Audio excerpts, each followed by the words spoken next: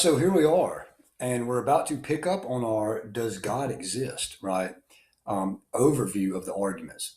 Now, if you remember from last lecture, I said that we were basically, because it's an intro course, I'm going to leave the specific arguments, right, to the courses that you're more than likely taking, whether it be for philosophy of religion, some sort of um, apologetic type course, something like that, to leave it up to the specific arguments.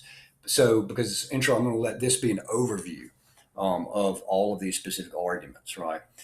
So, having said that, let's go ahead and get this party started. Get this. Whoa, that is not what I want. That's not what I want either. Come on now, that's not what I want. All right, let's see what's going on with all this stuff in the background. Let me minimize this. Well, let's completely minimize this. Um, where's all this other stuff coming from? I want to get rid of this up here. That's not it. There we go. I don't know why it didn't let me do this a minute ago. All right, so that's what we want to do. So let's get this party started. Here we go. Now, the way we have to set this up is big picture first, right? So we have to see big picture first. Now, well, I'll ask you, what do you think I mean when I say big picture? We have to set this up big picture first. No, not that at all. We have to focus on, yeah. like, we're not going to focus on the strong example against, a lot of people, I guess, arguing for against God and they bring up, like, evolution or something like that. But you know what I mean? Well, that's a really good point, but that's not what I mean when I say big picture, but that's a good point there. Yeah, something like that, because the reason I feel like you have to do that is because if you don't look at the big picture first, you really don't see you don't see what you're trying to work with here. Does that make sense? Well, I think it'll make sense as we spell this out. Now, how many arguments? Let's just say, for sake of argument, no pun intended. But how many arguments do you think, if you were just to say off the top of your head, about how many arguments are there for God's existence?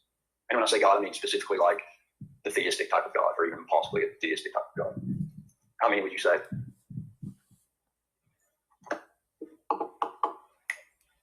No clue? All right, well, there's a lot, right? So a lot of people would say, well, there's no reason to think that something like a God exists. Well, one, that depends on what you mean by reason, right? Because somebody might have some reason or whatever. Just the question is whether or not it's a what? A good reason, that's right. Nobody believes things without a reason, right? Now, when we talk about that philosophically, everybody believes something for what? Some sort of reason. But when we use it in a layman's term, we may say, you don't have a reason for that. Well, you do, it's just either what? It's just either just a good reason or a bad reason, right? Something like that. Or even multiple good reasons or multiple bad reasons. So the whole point of these arguments for God's existence are at least supposed to be what? They're supposed to be good reasons, right? They're supposed to be some sort of justified belief, right? By doing what? Showing that it's rational or acceptable or epistemically warranted, what? To believe in God, something like that, right? So with that said, I'm just not even fool that anymore. It's constantly just harassing me. What's that? Yeah, harass. You harassers of harassment. All right, so roughly what we're going to look at, and I'm not even going to list like all of the arguments, right? Because there's just so many, but we're going to look at basically some of the most popular ones. And then even from those, we're going to distill down and not even look at all those. We're just going to look at probably 4 or 5, max, maybe 3 or 4. So, but just having said that, what's one of the arguments that you've heard of for God's existence? What's one that you've heard of? Well, the fact that I've heard people use the reason that people look for a God is there must be one, or that we have like some kind of need to explain everything, that right. There's like a need that needs to be filled. All right, let's say that there's actual an argument formulated in that direction, something called the argument from desire. So we'll go ahead and put that down. Argument from desire is what she's talking about. That's the first. And just as a side note, what do you think the argument basically says? Of course, this isn't the strong version of it. I'm just giving you the highlight. What do you think that essentially says? Basically, if you have a desire, if you thirst, is there something that fulfills that desire? Right, water. Right. Even if you're in the middle of the desert, you're dying, you don't have any around you. Is there a legitimate, in principle, something that fulfills that? Right. There at least seems to be, right, water. If you have some sort of desire for what? For food, or you hunger, is there some sort of legitimate answer, so to speak, for that particular desire that you hunger? Is there something that exists for the sake of? Does that desire, or I should say it this way, does that desire exist for the sake of something that actually is out there that can satisfy it? Yeah, food, right? Hunger, whatever. If you have a desire for love, is it possible, in principle, can that desire be fulfilled? So essentially, it just takes that form. So you look at all these desires, you look at all these desires, you look at all these desires, there's always something there in reality, so to speak, that fulfills those desires, that can fulfill those desires. So the argument from desire would say split run something like, if you have a desire for purpose, or if you have a desire for meaning, or you have a desire for God, well, then it only makes sense to say, and again, that probably wouldn't be one to look at, but that's just something I have to look at. Now, what's another one that you might have heard of? Everything is, this is one that I hear, but I'm not like, I don't really think it's a good argument. I like to analyze it, but like to look at the, it's so intricate, we like so many of this happen. Right, an argument of design, right? Which can be, there's two versions of that. There's going to be multiple versions. It's going to be a teleological argument. Now, there's two versions of that. The first is something like you say, a modern version of that. And it's going to be something like the complexity of life, or the complexity and nuance of, say, the solar system itself. Because the old version would be something like Paley's argument, right? William Paley's. Doesn't your book talk about that? William Paley's argument from design? Yeah, I'm almost positive it does. Paley's argument is the watchmaker watch. Or watchmaker watch. It's the watchmaker argument. So his is pretty much, has to do with, we'll oversimplify here, but biology, right? Or newer versions have to do with cosmology, right? Just like the design of the universe, right? Something like that, the intricacy. It's important to make this distinguishment here is that the teleological argument, there's actually different versions of that. And I just want to stress that again, because you've got old school version, right? Classical versions, as you see here on your slides. And then you've got modern versions, like something that you're probably more familiar with, like the fine tuning of the universe or biological things, biological design, that kind of thing. Those are modern versions of a teleological argument. The old school versions have to do with purpose, or telos, right? The purpose to things. So I just wanted to make sure you actually are paying attention here on that, because that's an important distinction. That even math coordinates with reality in some sense, right? Mathematical principles. Now, the older version, the Aristotelian version, like Aristotle's version, or even somebody like Aquinas' version, is what? It's a teleological argument, but it's an argument. What kind is it? It goes at, it's more philosophical in the sense of what? It explains what? Tries to explain what? The whyness of things, right? Like why things do what? Have a certain goal. Because what's this mean? What's teleological mean? Teleos is what? Goal, purpose, right? Study of goal or purpose or whatever. So this Aquinas' version, well, actually, it's Aristotle's first. This version tries to explain the whyness of things. Like if there's a reason as to why something constantly does something over and over and over and over and over, there has to be some sort of inherent purpose in that. Now, how do you explain that? That's what this version tries to do. Now, what's another version, or what's another argument you've heard of? I guess this was kind of reflected in the Facebook video. Oh yeah, did y'all get that link I sent out if you weren't in class that day? Everybody get that? Did you get it? Well, it was on I sent it on D2L, which I never used, but so if you check D2L, it's on there. I'm glad you checked it. It's the moral code, like humans have the need to explain things in terms of morality. All right, so And I don't think that's something that's gonna be I don't know if that, I'm sure there's another species that it's gonna be an axiological argument, which is more popularly known as what? A moral argument. Moral argument. Moral argument for God's existence. So far we have teleological argument for God's existence, a couple different versions of that. This one's going to have all kinds of different versions. So there's not just one moral argument for God's existence. You're going to have something like a natural law type version. You're going to have something like what Craig was saying over here the other day, objective right and wrong versions. For objective rights and wrongs, you're going to have versions. You're going to have all kinds of versions of this type of argument. Axiological argument, more popularly known as moral argument. What's another argument that you've heard of? just developing law. Can I do like a really bad one? Yeah. The ontological argument. Actually, it's not awful in the sense of what? A student It's not asked, awful in what sense? That's an ingenious argument, right?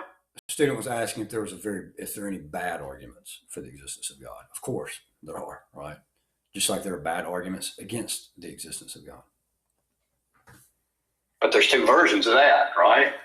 There's the classic version, which is put forth by whom? Who? Anselm, right?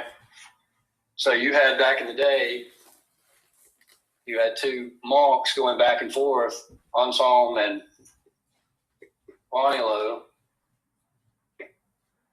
Both of them believe the same thing, right? They believe the same conclusion. Therefore, what? God exists, right? That's the conclusion of that, of any of these arguments, right? Now, these guys agree on the conclusion, but what did he think? He thinks the argument works. What does he think? Argument doesn't work, right? So they go back and forth. That's a neat exchange that you can read. It's literally, 1,000 years old, or even a little older, that you can read back and forth in that.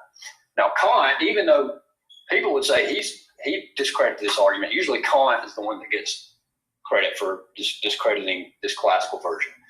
However, now there's a new version of this. It's called a mode that has to do with modality.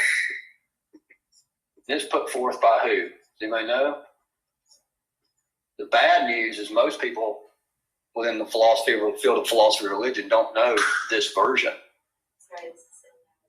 No, sorry. I mean, not people within philosophy. Obviously, people within philosophy of religion know this version, but most philosophers don't, right? So when they talk about the ontological argument, what do they talk about? This version. This version is newer and it's very cutting edge. Now, I'm not necessarily sold on this because, again, I'm not, I come from a classical school that kind of starts with empiricism. Not hard empiricism, what we talked about the other day, that doesn't work because it's self-referential and incoherent, but more of an empirical school that would still argue against this. But this argument actually has a lot of fans among atheists and theistic philosophers. Anyway, ontological argument. By the way, who were we talking about in class that tried to offer an ontological type argument we said didn't work? Descartes, right? His version, he offers a version of an ontological argument. All right, what's another argument that you've heard of? Remember, all this is big picture first, right? We're just looking at some stuff.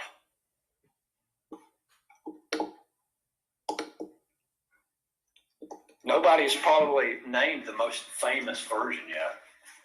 Or not version, the most famous argument.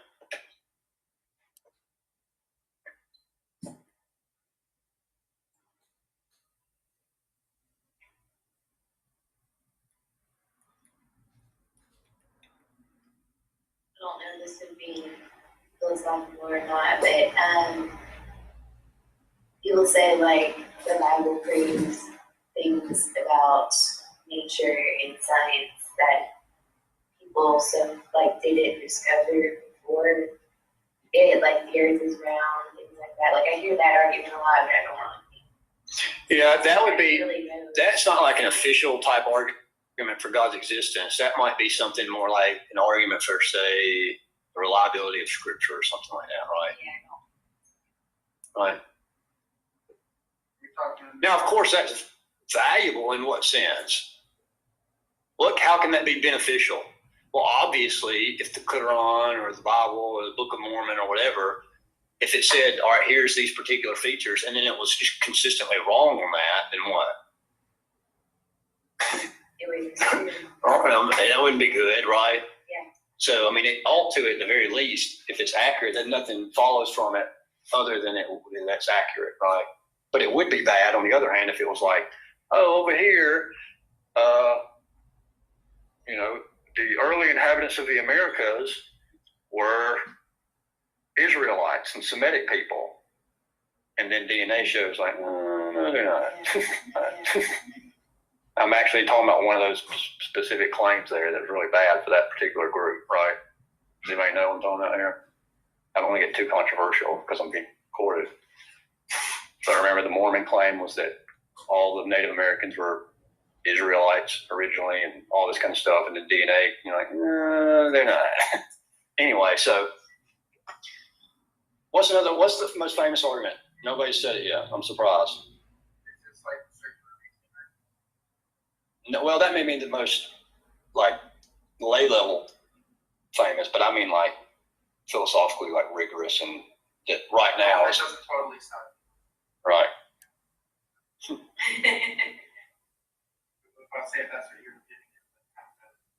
right? Now there is that circular type argument, right?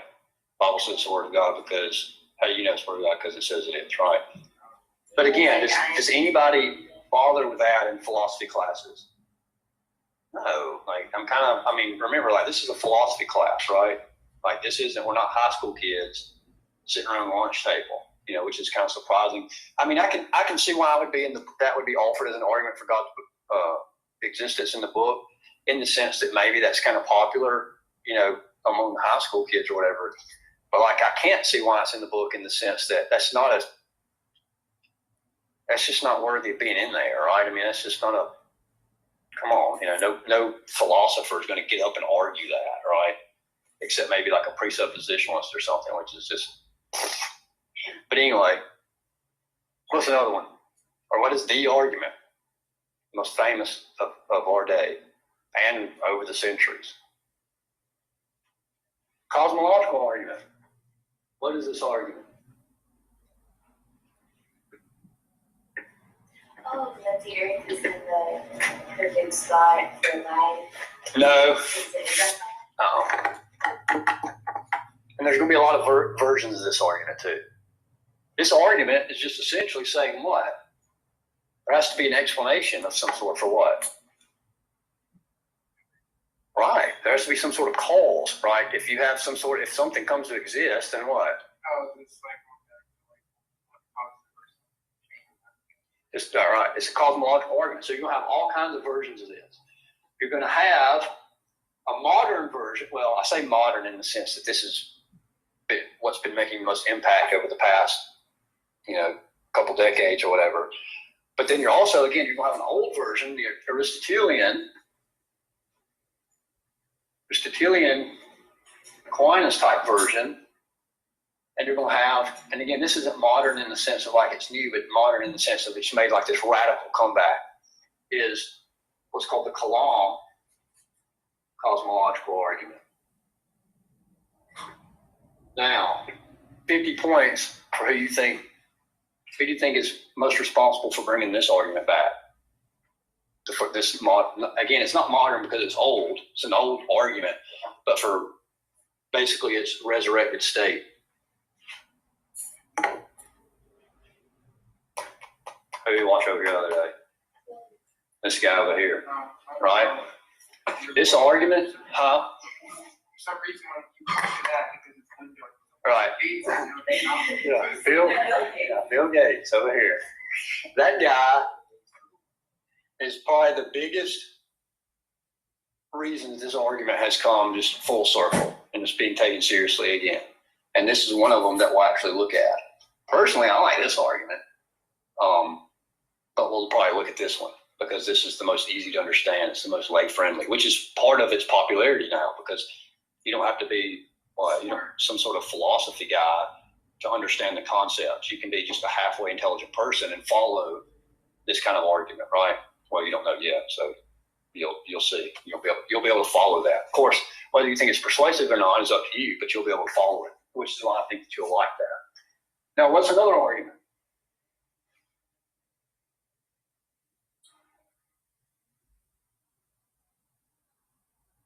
What's another argument?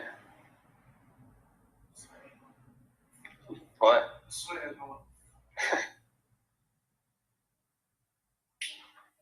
What's another argument? Argument from reason.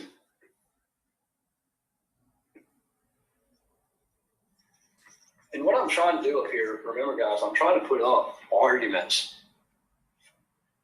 that are taken seriously, right? Not arguments that are just so bad that you don't even have to have a class in philosophy to realize, hey, that's a bad argument.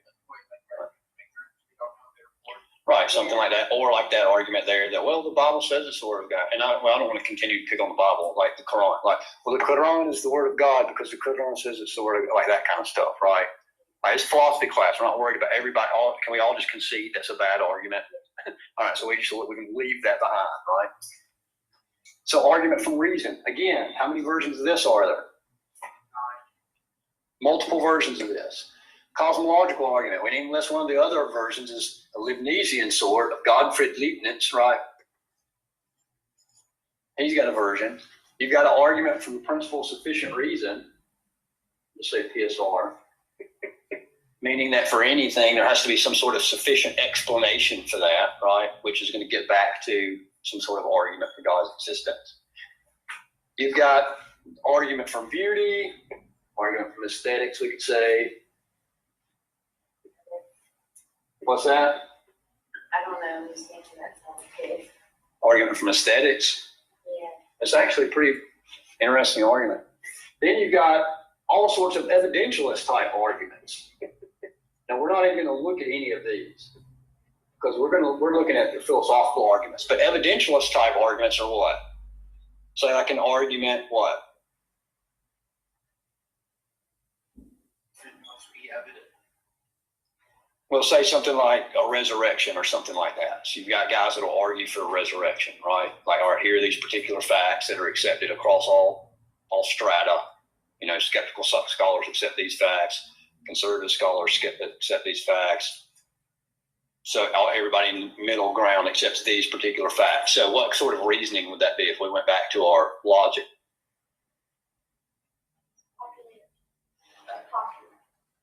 No, he's not saying it's right because it's popular, right?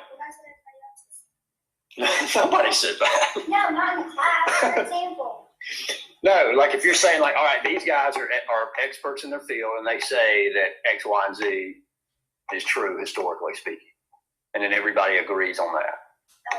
You're not saying the argument follows from that. You're just saying, all right, we're going to take these points. What kind of argument would that be? Remember our logic, our discussion in logic. What kind of argument? Deductive? No. What's that? What was the other one we talked about?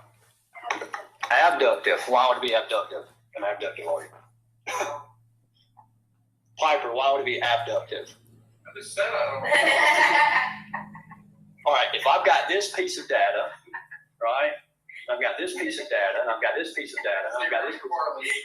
What am I going to try to do out of that? What's an abductive argument try to do? Get rid of them? It tries to explain what? The data. Remember, if I walk into a room, there's a body on the floor. All right, I see my first piece of evidence I'm looking at is a body. Then I see red stuff. Then I see a knife. Then I see this. Then I see a broken window. I've got all sorts of data. What am I going to try to do? And inference what? To the best explanation for what? Well, that may be the conclusion, right? But what I'm trying to do is make an inference to the best explanation of that data, right? So an evidentialist type argument would be, all right, you've got this data concerning, whatever, this data, this data, this data, this data. Let's just take example because this is a famous argument right now that's making the rounds. The resurrection type argument is you've got this data that's accepted by everybody. You've got this data that's accepted by everybody. You've got this data that's accepted by everybody. Believer, non-believer, whatever the case may be. Now, what is the best inference to that data that everybody agrees to? Does that make sense? That would be something like an evidentialist type argument. We're going to look at these. No, we're not going to look at any of those. Not saying they're not worth looking at, but this is a philosophy class, so what are we concerned with? We're just concerned with more of the abstract type arguments, right? At least for the moment. Now, what is, again, we're looking, you'll see why we're looking at this overall first, this big overview. Now, why are we looking at this big overview first of all of these particular arguments? Because what's the conclusion of this argument? If this argument works, what's the conclusion? The first one there. Right, God exists. What's the conclusion? Any of the, if this one works, if this version, God exists, right? Now, what is the conclusion of this argument? Yeah, there'll be dragons here. You can't get there from here. It's funny. I just listened the other day an argument from reason. The guy giving the argument from reason said that exact same thing. Except he was arguing for this. He was saying, based on materialism, if you want this, you have to say there be dragons. That was funny. Coincidence. All right, so right. Theological argument. If it works, what? God exists. Axiological argument or moral argument. If any of these versions work, what? God. Argument from desire. If it works, God exists, right? Ontological argument, if one of these work, God exists. Cosmological argument, if one of these work, God exists. Argument from reason, if one of these work, God exists. Principle of sufficient reason, if one of these work, God exists. Argument from aesthetics, if any of these are, and we're not even going to go ahead, we're not even going to list anymore. We'll just stop here. Because we're probably honestly just going to look at this one, maybe the versions of that, this one, and probably this one. Maybe this one. Probably just going to look at 3 of these, 3 or 4. We're not even going to bother listing the other ones. Yes. Not because they're not interesting, but why? We just don't have time, right? And there's just so many arguments. Now, if any of those arguments work, this is again while we're looking at this overall, the big picture first.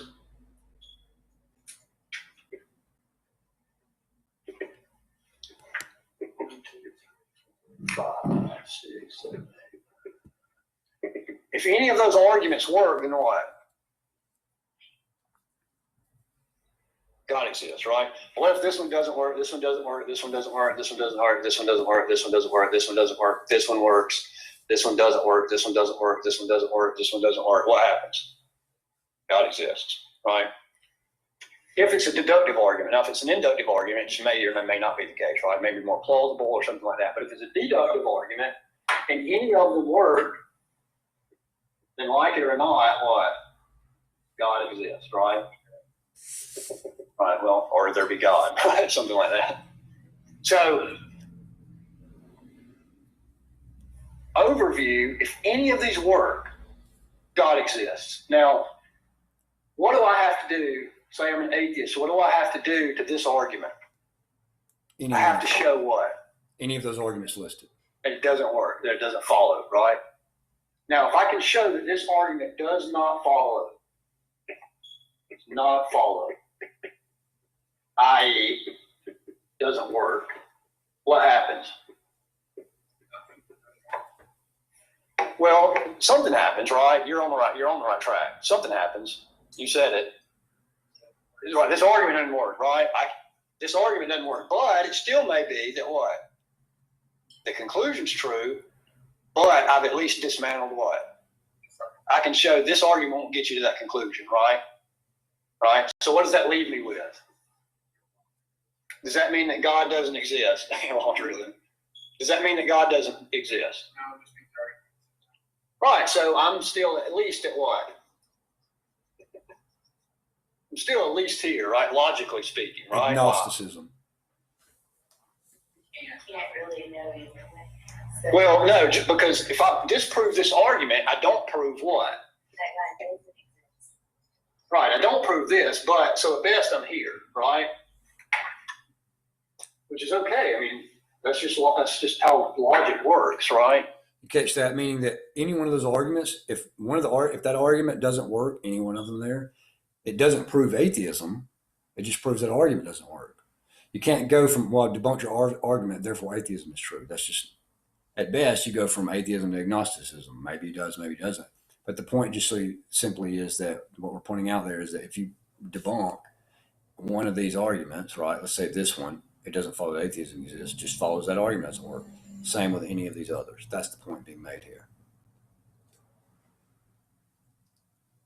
That's just how it works. Now, if I run through all of these and disprove all of these, or not disprove, but at least show that none of them work, well, we could say disproves there, that I disprove all of these, that none of the arguments will give you the conclusion that they're to give you, that I'm still where? Logically speaking. Why am I still here logically speaking? Agnosticism. Come on, guys, you should pick up on that. Why am I still here logically speaking? You can't really. At agnosticism. God doesn't exist. Right, because just by showing these don't work, it doesn't prove atheism. It gives me agnosticism. Because at best, I don't know. Why do I not know? Because these don't work, right? So, let's say I don't want agnosticism. Which, by the way, what does agnosticism mean? Gnosis. Remember, this is Greek, so what does that mean? You can't prove either way that God does or is. Right, you don't know. Yeah, that's you're right. Maybe I should have been more clear. What does it mean in the strict sense? Like, what does this mean? The etymology behind this. Agnosticism. What does agnosticism mean? What does this word mean? And what's the Greek for this? Gnosis, knowledge, right? What is awe? Yeah. Right, it's a negation. Ah, without knowledge, right? So it means I don't, without knowledge. Which, by the way, just while we're here, what does this mean? Theism, right? Yeah. Same thing. Atheism, atheism's without God, right? So there you go. There's your etymology lesson for the day. Now, so if we want to get to, so if we don't want agnosticism, here's a joke you can play on your friends, by the way. What's the Latin? Which is really, this is really true. It's kind of funny. You can play a joke on your buddies. They're like, I'm an agnostic. I don't know. Like, that sounds like respectable, right? Like agnosticism. You know, the Greek words there combined. But what's the Latin equivalent of that? This is funny. You can do this to your buddies or whatever. Does anybody know the Latin equivalent of agnostic? You've heard it so many times. You can be like, oh, really? That's bad. Ignoramus. That's the Latin for without knowledge is ignoramus. So anyway, sounds good in one language, sounds terrible in another, right? Nobody's like, I'm an ignoramus. You know, if you're like, I'm an agnostic, oh, you're intelligent. I'm an ignoramus. Same thing. So, right. See, that's why I should bring my drums for no other reason, just to tell jokes. Or you're gonna run across the room and sit down. I'll have like a little robot guy over there. All right, so if I don't want that, I don't want agnosticism, and I want this, disproving these arguments don't give me that, right? Logically speaking. So what do I have to do? Right. So again, see now why we're looking at the overall picture first, right? Because if you just jump right into this argument, you don't know your trajectory. So we're trying to establish our trajectory here. So if I want this, I've got to do what? If I want atheism, what do I have to do if I got one? I've got to do what? I've already written that stuff. What do I got to do? I've got to give arguments, right? Just like this side can't say what? Well, just believe there's a God, right? That's just an assertion. That's not an argument. What's the difference between an assertion and an argument? Assertion means like you, I guess. It's just a give. You're just throwing something out as a given, but you didn't even bother, to try to back that up, right? Now, what if I were to say, Piper and I were joking earlier about memes and all that. Well, if you see a meme and it says something like, you idiots, God doesn't exist, get on with your life, or something like that. Well, what is that? That's just an assertion, right? You've got to give me what? You got to give me an argument. Just like this guy's got to do what? Right. So, what are the arguments for atheism? And again, like some of these in your book, again, just like on the theistic side are just abysmal examples. Some of these versions in your book, the arguments that he gives for atheism are just abysmal. So what are some of the real arguments for atheism? The ones that you've heard of. I might get out of here early today. Go ahead. One of my favorite professors I've ever had, he's like hardcore atheist, but he asked the class, like, if you witness someone like being murdered, like, wouldn't you try to do something to stop it? And it's like, if there is a God, like, why does he allow terrible things to happen? That was like one of his arguments. Yeah, that's a very bad argument. Well, why? Philosophically, it's a bad argument because one, it's volitional, or really, it's more an emotional type argument. Why?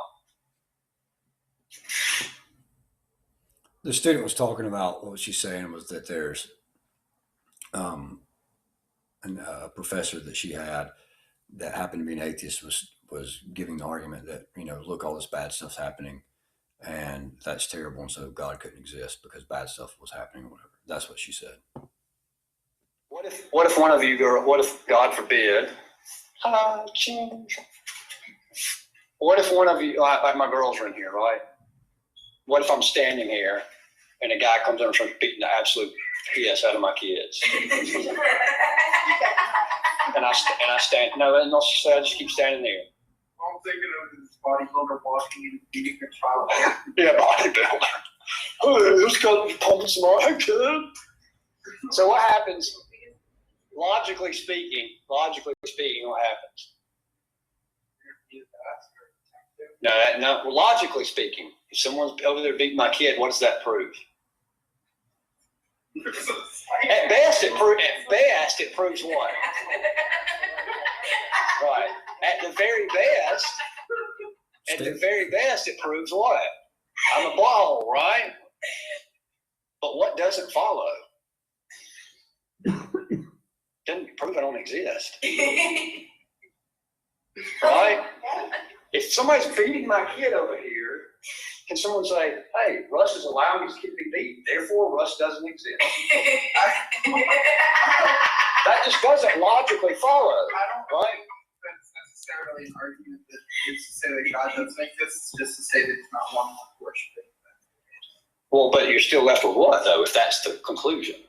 That he still might That he may exist. That he may exist, right? But we're concerned with, does he exist or not exist, right? Because if he does exist, What I'm saying is that's the purpose of the argument. It's not really. right? But it's even bad there. Why? See, this is what's frustrating. This is why everyone should have to take logic and philosophy. Why is it even still a bad argument? Because if you let people beat up your kid, doesn't mean you're not a good person. Well, it may be what? In philosophy of religion, what's it called? MSR, what? Right here. MSR. We're kind of on a sidetrack here, but that's okay. Rabbit trail is good. Morally sufficient reason, right? So what if the theist just says, well, all right, your analogy, what? Begs the question, right? Because it assumes what? Well, one, nothing follows from it, but then but the only thing that would follow from it would be what? That you don't understand why something like that's happening, right? Yeah. Now, of course, if you've been a parent, this is what the theist would say. If you've been a parent for 10 minutes, you're going to have your kid look at you and think you were the most what? Crappy, selfish, egotistical turd. But if you're the parent, you know what? If you'll trust me on this, there's a good reason for this, right? So again, that argument's just not going to get you anywhere either way, because that's logically possible, right? This part over here, what we call a theodicy. A theodicy is just a justification for why God would allow something. So there's all sorts of theodicies. Well, maybe there's this. They all are basically going to fit under something like that. A morally sufficient reason, meaning that there's a purpose behind that. It's not just vanity, right? So at best, nothing follows from that about existence or non-existence, logically speaking. At best, all you have is you're an a-hole. You don't know the grand picture. So nothing goes either way. Theodicy versus I'm pissed. It's kind of the other way to look at that is it's like if my kids are jumping up and down in the bedroom because they don't like the way that I do things, so they can't stand the way that I do things, and they're jumping up and down their bedroom screaming, our dad's a butt, I can't stand the way he does things, therefore he doesn't exist. It just doesn't logically follow, right? That's why we can't offer those kinds of arguments if you're trying to get to what? Atheism. It just won't get you there. Just like over here, say, the Bible's the word of God, it just won't get you there, right? They won't work. Those aren't good arguments. They're appealing because they bank on what? Emotion. They grab you quickly by your emotional collar, but philosophically, intellectually, we're supposed to do what with those things? I mean, it's hard because we're human beings, right? But we're supposed to, right? We're supposed to set down your emotion, look at things intellectually, right? Which you would think this wants to do, right? You'd think these guys are going to be like the whole, no, love and beauty and purpose and meaning, right? Something like that. Even though those aren't technically, strictly speaking, emotion, but let's just say some sort of emotional type appeal. Right.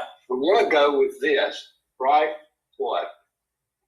Logic, reason, philosophy. This is where we want to camp here. We want to stay out of rhetorical this, that, and the other. Go ahead real quick. Yeah. So we can get back on track. But what do you think of the argument, and this is one that, again, the same professor brought out, that he's like, so you're saying there's either no God or there's a Christian God. Like, what if we all die and we end up in some other God's hell? Because all right, so then, more than one. right, so now, right, so what do we have to do? Her question there was, all right, what if there is a God, and what if it's just some other God, and you end up in that version of that God's hell because you believed in the wrong God? She said her professor said that too. So she said, well, so what if that's the case, according to my professor? The heavy work of philosophy. We have to go examine the question, right? Because again, like, anybody can say that, right? Now, okay, now get off your A, go examine these arguments. If you're really concerned, and if you're just throwing that out as a smoke screen, so you like, all right, but if you're really concerned, well, then go read the arguments, see if they work. Go read the arguments, see if they work. Because remember, in logic, that's just a what? That's a red herring. Remember, we talked about fallacies. Like, that's just an informal fallacy. That's irrelevant. Well, what if this? What if? So we've got to do the heavy lifting and go read the arguments. Go look at the arguments if you're really concerned about it, or unless you're just tossing that out because you already got your mind made up. Either way. So I'm saying, again, it shouldn't work. Why? Because we have to stay here. Right? Yeah. Well, we want to pull things out of our box, right? We want to pull our tools, our logical tool bag. Right? All right, so what, again, let's get back on track. What are these arguments? We're not even going to list those, just like we didn't list some of the God arguments that were so bad. We're not even going to list those. We want to be respectful to both positions, right? So what are some of the arguments here? Because essentially those versions over here are because I said so arguments. Just shut up and believe arguments, right? Bible's word of God says the word of God. Shut up and believe. These over here, those are just crybaby arguments. I don't want to understand. That doesn't work, right? We're staying away from those over here. Yeah, the shut up and believe ones, and we're staying away from that, like the freaking pitch a fit crybaby argument. They're not good arguments. So what are the good arguments here? A lot of theists have made a false claim about this group that ironically this group has seemed to embrace at times. And that's what?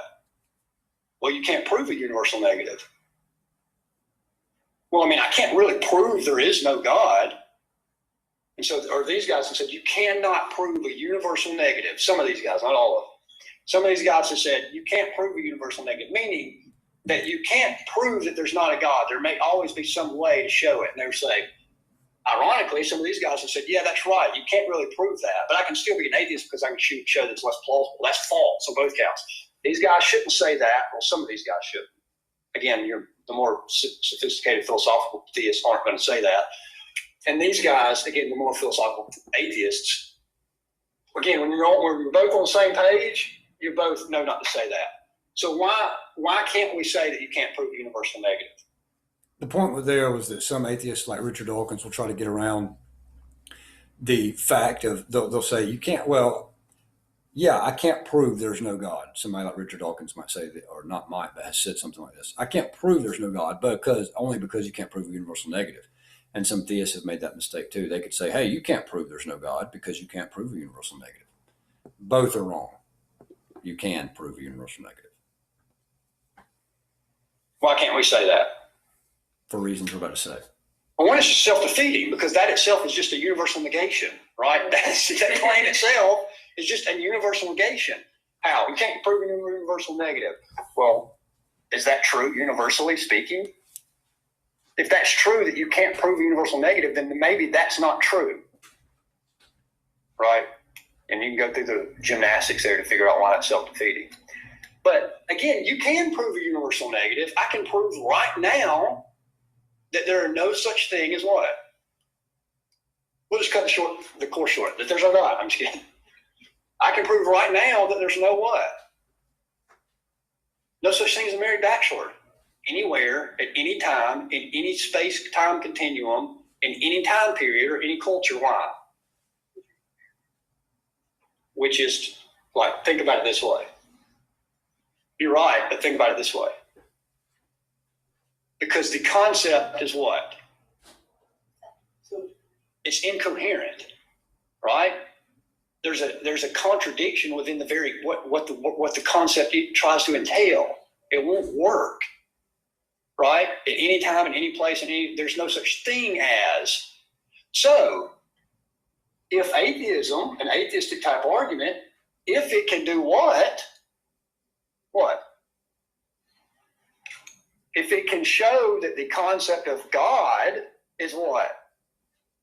Incoherent, if it's logically contradictory, then what? There is not one. At least the theistic type of God, right? So, which is what we're concerned with here in this course. So, don't fall. Sometimes you might hear it here. Sometimes you might hear it here. But don't ever fall for that, well, you can't really disprove it because, you can't do it. Yes, you can. All you have to do, again, because we're talking about logic here. If some sort of concept like a married bachelor or a one-ended stick, or a square circle, if you can show that those concepts, which those are mutually contradictory, that they don't work, the concept, the idea is incoherent, well, then there just can't be a square circle or a one-ended stick or a married bachelor or whatever, right? Because the idea doesn't make sense. Now, all those arguments that you were listed earlier, they don't do that, right? Nothing follows from those. These guys are trying to give arguments that follow, right? Meaning that if the argument works, God exists. This side has to give an argument that if the argument works, then there is no what? God. Now, are there any arguments that do that? That you know of anyway, before we get to that? Let's look at your book real quick. I want to see, because he gives... let's see. What page? You may know exactly. Okay. Somewhere around page 100.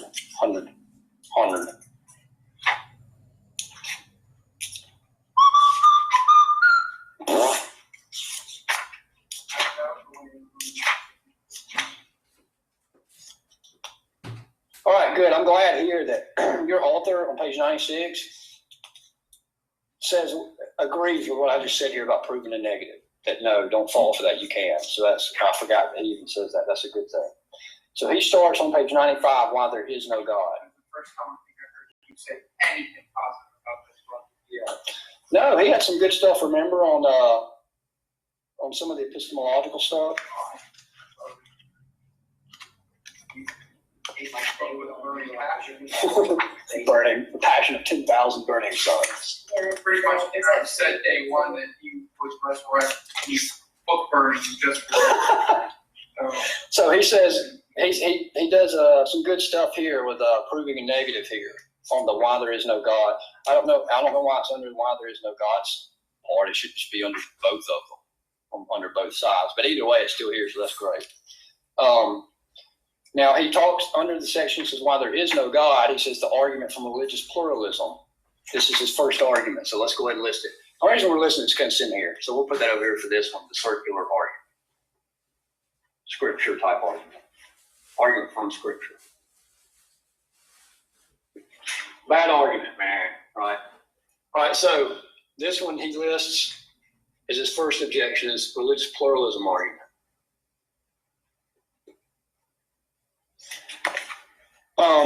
We're not going to fool with that because one, that doesn't show that God doesn't exist, right? Has anybody already read that part?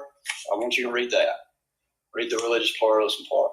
It essentially just says that nobody agrees on some sort of concept of God. But again, logically speaking, what?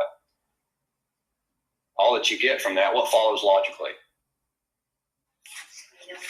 Right, that people don't agree, right? Which again, like if we go back to an epistemology section over here, when I was talking about if you've got a jar full of gumballs or whatever, and nobody in the class, and I say, all right, how many are in this thing? And all of you are like, well, 10, all right, 15, 13, 40, whatever. Well, all right, you all disagree, therefore this thing's not here. It just doesn't follow, right? At best, it's a red flag that, hey, maybe because nobody agrees there might be a problem here, but nothing follows in the sense that, well, it doesn't mean there's not there. Or the math problem example, remember that Joshua joked about. All the kids in my wife's class get the math problem wrong. Nobody agrees to the answer. It doesn't mean there's not a right answer, right? And Joshua's like, or it means that your wife's a bad teacher, right? So this is just like this. This is just not a good argument. We don't like these. Because one, remember, we want the arguments that if they follow, God exists. And then this over here, we want the argument if it works, then God can exist, right? There just can't be one. These just don't get us there, right? So the odd thing here, see, this is the weird thing. The entire section for why God doesn't exist has how many arguments? How many? If we count this one, how many? I see Mad Madison over there. One. And again, this isn't important, right, for you. Remember, like, because you may or may not be using the same textbook, that's not what's important here. You have them all here listed out, some of those things. So that's not what's important for you. How many? 2. We've got 60 over here. Why would he only list 2 when there are stronger arguments for that? Does that make sense? When there are much stronger arguments for this side, the first he gives is just unbelievably dumb. And then the other one is what? The problem of evil, right? Now, the problem of evil is an argument that tries to do what? To its credit, what does it try to do?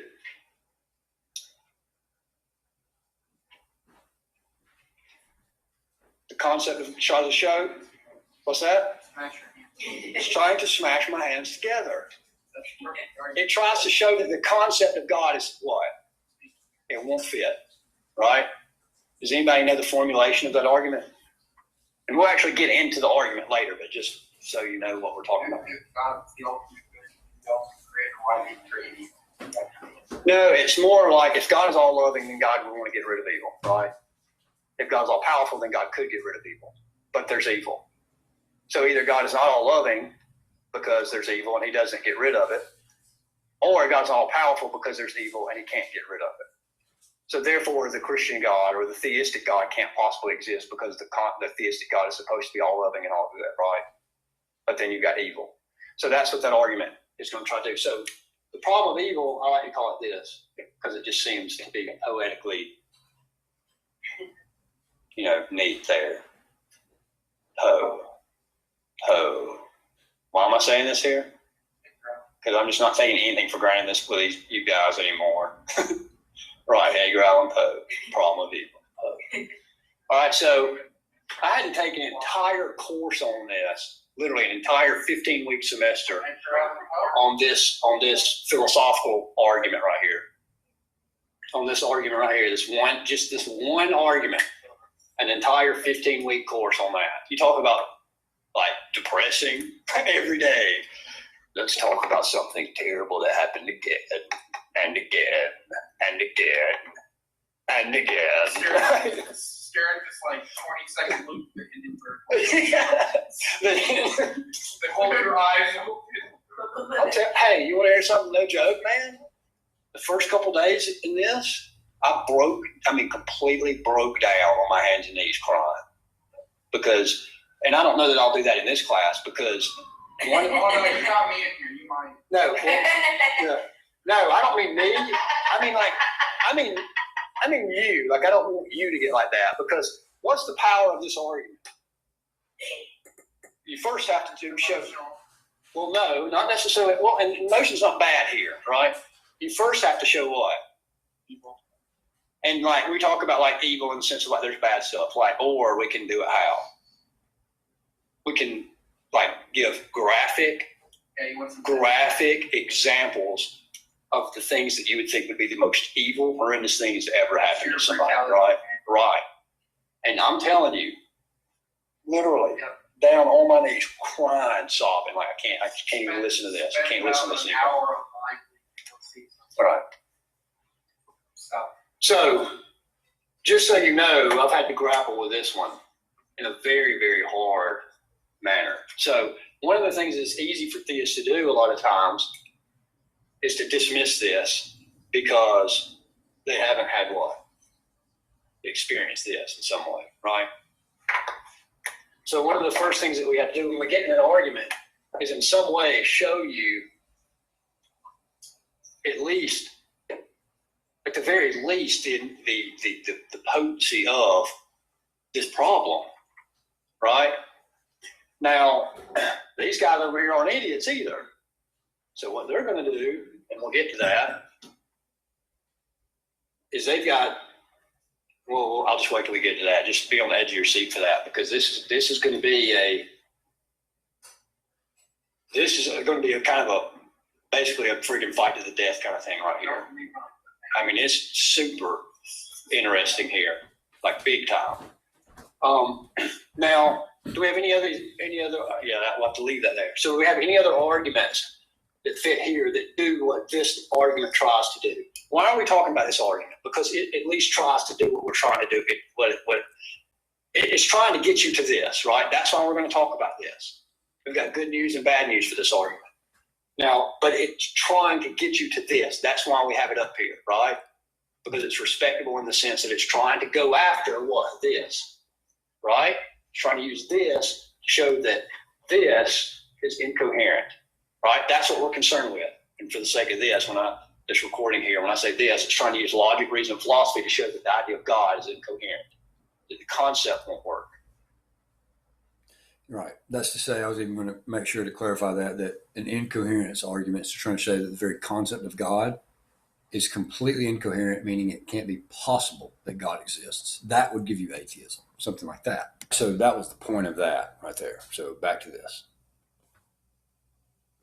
And for the sake of this recording here, it's trying to use logic, reason, and philosophy to show that the idea of God is incoherent, that the concept won't work. Now, are there any other arguments that try to do this for this side? Because that's what we have to have. Well, aside from the Poe argument. But do the same thing that the problem of evil argument tries to do, go after the coherence of the concept of God. Are there any other arguments that try to do that?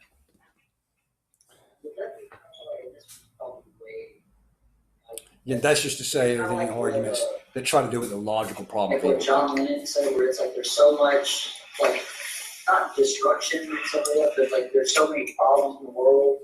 Everybody's trying to just like believe that, oh, it's God's plan, but if we realize that it's really just us music to do it, there really can't be a God because he's not stopping. Well, yeah, I mean, if he wanted to try to say, oh, yeah, I stumbled across this argument called the logical problem of evil, and that fits what I'm saying here. There's too much bad stuff going on. So that would have to fit with something like, again, and we want to distinguish this argument because there's two variations. There's the logical problem. And by logical, we mean what? Like that it uses this to show this is incoherent, right? This here. And then there's the probabilistic argument, or the evidentialist, sometimes called evidentialist, sometimes probabilistic. But we're not going to worry too much about the probabilistic version. Why? Because logically speaking, if this version works, you still don't get the absence of this, right? You just get, well, maybe there's not one. So we're worried about this version, logical version, right? Now, are there any other versions, again, any other arguments, any other atheistic arguments that go to this conclusion, that get you to the atheistic conclusion? How do they have to do that? To get these over here, do they want probable type arguments? No, they want that the conclusion follows, right? That if the argument worked, then what has to happen? Maybe God exists? Yeah. Right, definitely there's a God, right? If we want to look at the arguments that if the premises work, then what has to happen? Right, that there cannot be a God, right? We're not worried, just like we know over here, probably God, or probably nothing. We're not worried about that. We want to look at yes and no, right? The point, what I'm saying here, what's going on in case you're getting lost, is that, remember, when we go, like if you were to go back up here to these slides, all these God arguments for God's existence, the point of those arguments is not to give you a possibility that God might exist. The point is that if the premises are true, then the conclusion follows, the conclusion being, therefore God exists. The point of these arguments, right, if you're trying to get to atheism, the reason it's so tricky is because if you want atheism proper, then you've got to get an argument that can give you the conclusion, therefore God doesn't exist. Now, remember, one of the only ways that you could do that, and the reason it's so difficult is because right here, where I'm doing this on the slide here, incoherence, you've got to try to show that the concept of God is literally logically impossible, because you're not just trying to argue that God might not exist, just like the theists on the other side of the spectrum are not trying to argue that maybe God exists. They're trying to argue that God does exist. The arguments for atheism are not arguments for agnosticism, right? That you just don't know. Arguments for atheism, they've got to show you that God doesn't exist, just like the theists want to show you that God does, right? So that's what we're trying to touch on here. That's why it's so important. Now, how might they do that? They would do that through the logical problem of evil, right? That's what that argument will try to establish. And the incoherence arguments, right? And usually this would pit attributes of God against other attributes of God. So in your logical problem of evil, it's all good versus all powerful. And so trying to show how those couldn't be compatible with the existence of evil over here, right? These incoherence arguments would be the old school playground type of objections, like, can God lift a rock so heavy, or can God make a rock so heavy that he can't lift it? Because what that's trying to do is pit the argument that God is all powerful against itself, right? Saying that if God is all powerful, then he can certainly make a rock that nobody, including himself, could lift. And the problem being, well, wait a minute, if he couldn't lift it, well, then he's not all powerful because he just did something that he's not able to do, right? We don't even have time to go into the rebuttal of that, but obviously you can already see that when you pit one thing against itself, but smuggle in the assumption that there's two things, but it's just one thing. It's kind of like asking, can you beat yourself in arm wrestling? Oh, well, yes and no. Yes, because it's you or whatever, but no, because if you beat yourself, then you lost, right? But you could just easily say, well, if you beat yourself, you won, right? But if you won, then you beat yourself. But if you beat yourself, then it's just incoherent. You have to, you can't treat one subject as if it's two subjects, right? So anyway, the point is that's what those arguments would have to do to try to show that God is, the attributes are incoherent in some way. So some of the arguments would try to do that kind of thing. Now, one of the arguments on here by one of the most prominent atheistic philosophers was this theology and falsification that you see the last thing on your screen here. Now, that argument doesn't really get you. The bad news is, for the atheistic side there, is that it doesn't really give you that God doesn't exist. But the reason that it's so important is because it really is an argument that gets theists thinking and atheists thinking, and I think that's a good thing. So in one sense, I could even say it's my favorite argument for atheism, in the sense that it really gets people thinking. And what that argument has to do with is it really a falsifiable position to say that God exists or that God loves you, those types of things? That's really what that argument is dealing with. Now, again, all of that was an overview, right? It was kind of a 1,000 foot above look down over the top of the landscape so you could see the layout of the terrain. What do arguments have to do in order to show that God exists? What are the arguments against God's existence? What do they have to do to really show that God doesn't exist? What are some of the traditional arguments that have been given philosophically for the existence of God? And what are some of the arguments that have been given against the existence of God? I don't know if I said one or the other first. So obviously what I meant to say was for and against, right? Arguments for God's existence, arguments against, right? Now, that's your general layout. I want to leave you with this, though. If you want some of those specifics, right, where I go into that, feel free. I can send you, obviously, the podcasts. They're already on there. I can try to give you a link to the videos to where you won't see me, but you hear like you did here. You just kind of hear me going through those arguments in the classroom. But again, I'm trusting because of what you're doing in school here, you're probably going to get those arguments in a different class. So I'm just kind of leaving those out from this, other than the general overview. if you want those, I can try to get them to you. Just if you're kind of interested in that thing, and maybe you're not taking those other classes for some crazy reason as to where you are right now. Maybe you want to hear those. So if so, again, shoot me a line. And until then, see you next lecture.